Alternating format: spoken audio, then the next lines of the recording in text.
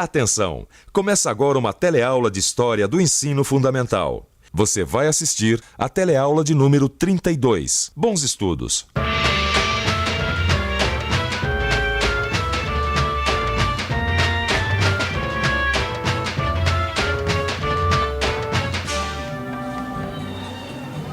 Dá licença!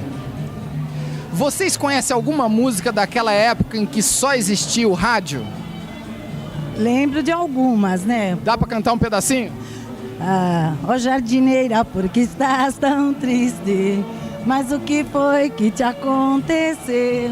Lourinha, lourinha, dos lábios claros de cristal. Abre a janela, formosa mulher, e vem dizer adeus a quem te adora. Nós somos as cantoras do rádio, levamos a vida a cantar. À noite embalamos seus sonhos, de manhã vamos te acordar. De manhã nós vamos te acordar. Nós somos as cantoras do rádio, nossas canções cruzando espaço azul, vão reunindo num grande abraço, corações de norte a sul. Bem, acho que eu não preciso dizer para você da importância da televisão nos dias de hoje. Preciso? Pois nas décadas de 1940 e 1950, o rádio tinha a mesma importância da televisão para a cultura do povo. Na aula de hoje nós vamos reviver esses tempos. O tempo das chanchadas, do teatro de revista, do cordel, mas acima de tudo, o tempo em que o rei da comunicação era o rádio.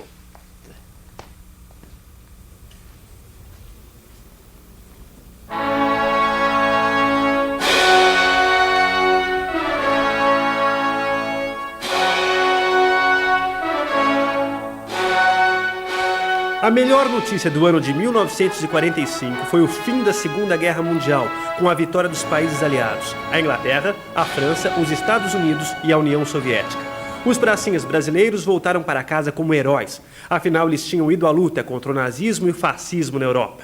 Os tempos agora eram de liberdade. E no Brasil, a dura época do Estado Novo já estava chegando ao fim. Vieram as eleições e os novos partidos políticos. Até mesmo o Partido Comunista conseguiu ser legalizado. A censura já não era mais aquela coisa que metia medo em todo mundo. Conforme a liberdade aumentava, a cultura popular ganhava mais e mais espaço. E naquele tempo, a voz do povo era a voz de Sua Excelência, o rádio. O Brasil é um país que toma quase um continente inteiro. E naquela época, a maioria da população era analfabeta.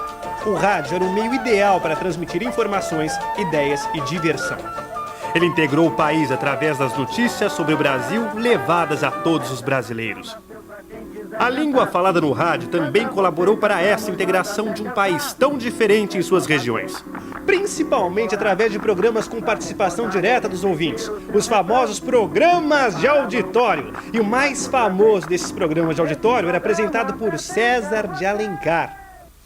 O rádio teve um papel importante naqueles tempos que voltavam a ser democráticos. Mas se na política tudo se decidia pelo voto, no rádio nem tudo era música. Outros tipos de programa também faziam sucesso, indo direto à cabeça e ao coração dos ouvintes. E agora, mais uma mensagem dos nossos patrocinadores. A seguir, as notícias. Balança! O rádio também teve grandes programas de humor, como o famoso Balança Mas Não Cai.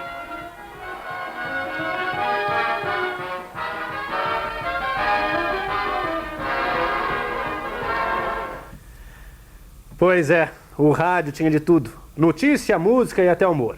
Mas os programas que mais falavam ao coração do ouvinte eram mesmo as novelas. Tanto que em 1945, só a Rádio Nacional do Rio de Janeiro transmitia 14 novelas diariamente.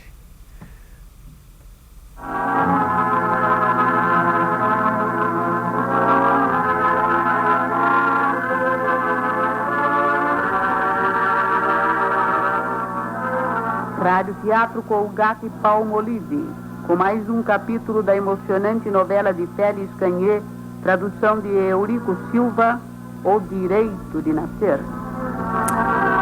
Ouvir rádio era uma verdadeira emoção naquela época. As pessoas ficavam ligadas nas radionovelas do mesmo jeito que a gente fica ligado hoje nas novelas de televisão. A diferença é que o pessoal do rádio tinha que fazer tudo na base da voz. A emoção não dependia da imagem para existir. Quer ver um outro exemplo disso? Gol! Gol do Uruguai!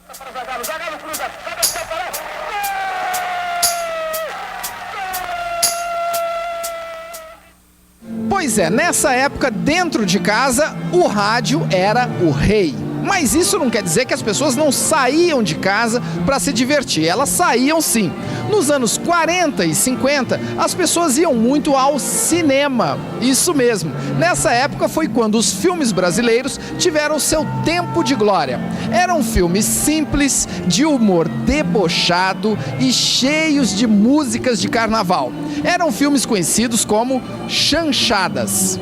Dona Noêmia, a senhora se lembra da chanchada? Chanchada é o que é? São aqueles filmes cômicos de antigamente, né? Lembro, sim. Se lembra? Assistia todos. Eu me lembro bem da Adelaide Chioso com a Eliana, que tocavam sanfona, as duas tocavam até a música, eu me lembro que era Beijinho Doce. Que artistas que a senhora se lembra? Do Mazzaropi, do Grande Otelo. Acabou porque era bom.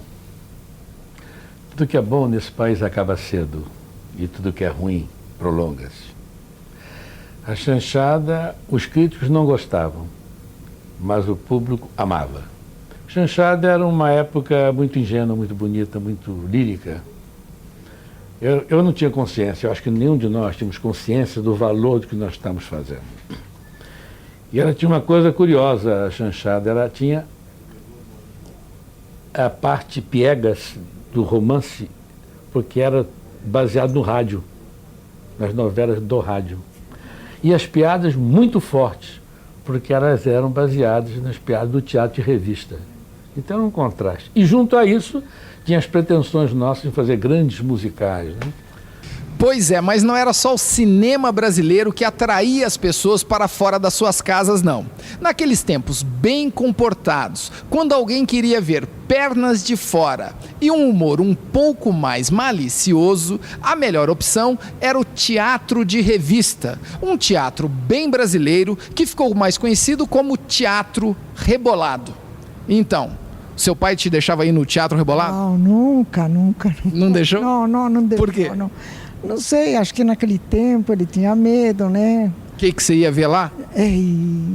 A gente ia pra dar risada, pra se divertir, era muito bonito, muito luxuoso, as cores lindas, era tudo colorido, muito lindo, era maravilhoso. Eram bonitas mesmo, era uma artista maravilhosa, coisa mais linda. Eu ficava mais no Rio de Janeiro do que em Santos para assistir eles lá. Qual que era a sua vedete preferida? Era a Dercy Gonçalves. Dercy Gonçalves. Dercy Gonçalves. Por quê, hein? Porque ela fazia programa variado e para adulto. Mas não foi só por causa das vedetes e das pernas das vedetes que o teatro de revista entrou para a história da nossa cultura. Esse tipo de teatro também ficou famoso pelo jeito divertido de colocar em cena a sociedade brasileira daqueles tempos. Mas eu fui muito feliz no teatro de revista porque me fiz lá. Lá sempre fui Dercy Gonçalves.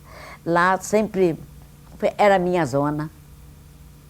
Eu acho que a Praça Tiradentes foi uma pena acabar, porque era uma praça popular, era uma praça onde tinha tudo. E era um teatro muito chegado à política, mas aquela política engraçada, aquela política caresca que não ofendia, até pelo contrário, Getúlio foi ver muitas vezes o Teatro Recreio. Eu era uma estrela da Praça Tiradentes. Was fascination, I know. Você deve estar achando que eu errei de disco, não é mesmo? Afinal, nós estamos falando de cultura brasileira e a música que acabou de tocar era cantada em inglês. Mas eu fiz isso de propósito. Sabe por quê? Porque nós não podemos esquecer de uma coisa muito importante que aconteceu naquela época. Se por um lado a cultura popular ia ficando cada vez mais nacionalista, por outro, a música e o cinema americano iam ganhando cada vez mais espaço no rádio e nas telas.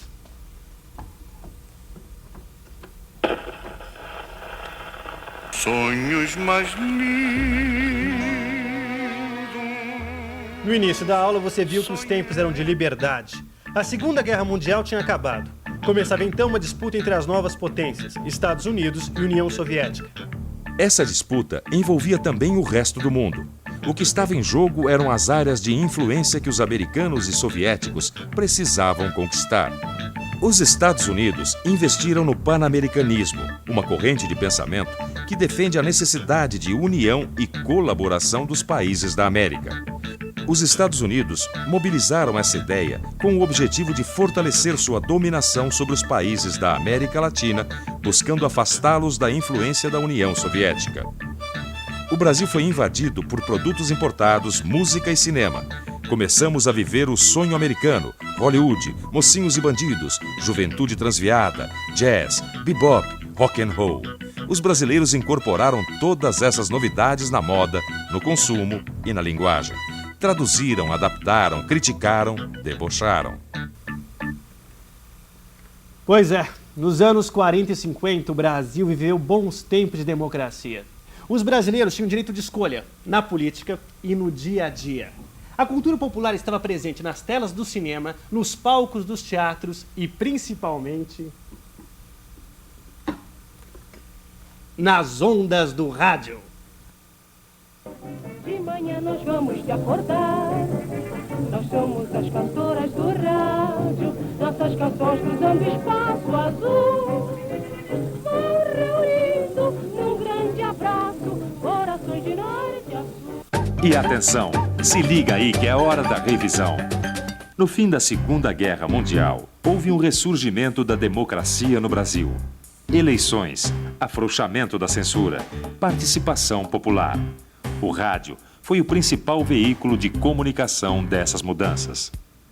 Através dos programas de auditório, das novelas, dos programas humorísticos e de esporte, o rádio traduziu a expansão da cultura popular. O cinema nacional viveu seu momento de glória com as chanchadas.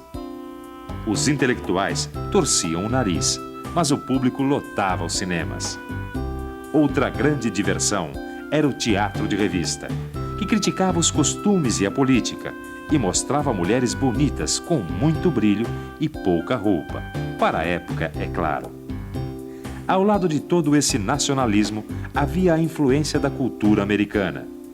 Os Estados Unidos, na disputa com a antiga União Soviética pela liderança mundial, começava a usar a cultura como arma de conquista. Pois é, como vocês viram, esses tempos foram marcantes para muita gente. Você com certeza conhece gente que se lembra muito bem de tudo o que nós dissemos nessa teleaula de hoje. Pergunte, fale com seus parentes, peça para eles te mostrarem lembranças que eles têm guardadas dessa época. História também se aprende assim. Até a próxima!